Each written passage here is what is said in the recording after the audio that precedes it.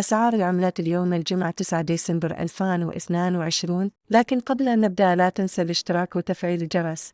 سجل في البنك الأهلي. سجل الدولار سعر الشراء 24.54 وسعر البيع 24.59. وسجل اليورو سعر الشراء 25.74 وسعر البيع 25.92. وسجل الجنيه الاسترليني سعر الشراء 29.83 وسعر البيع 30.08.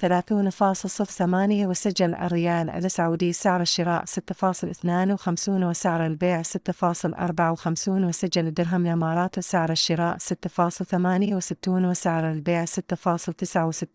وسجلت أسعار العملات في بنك مصر. سجل الدولار سعر الشراء 24.54 وسعر البيع 24.59. وسجل اليورو سعر الشراء 25.74 وسعر البيع 25.89.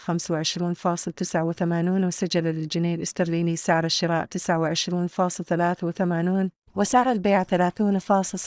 وسجل الريال السعودي سعر الشراء 6.52 وسعر البيع 6.54. وسجل الدرهم الإماراتي سعر الشراء 6.68 وسعر البيع 6.69.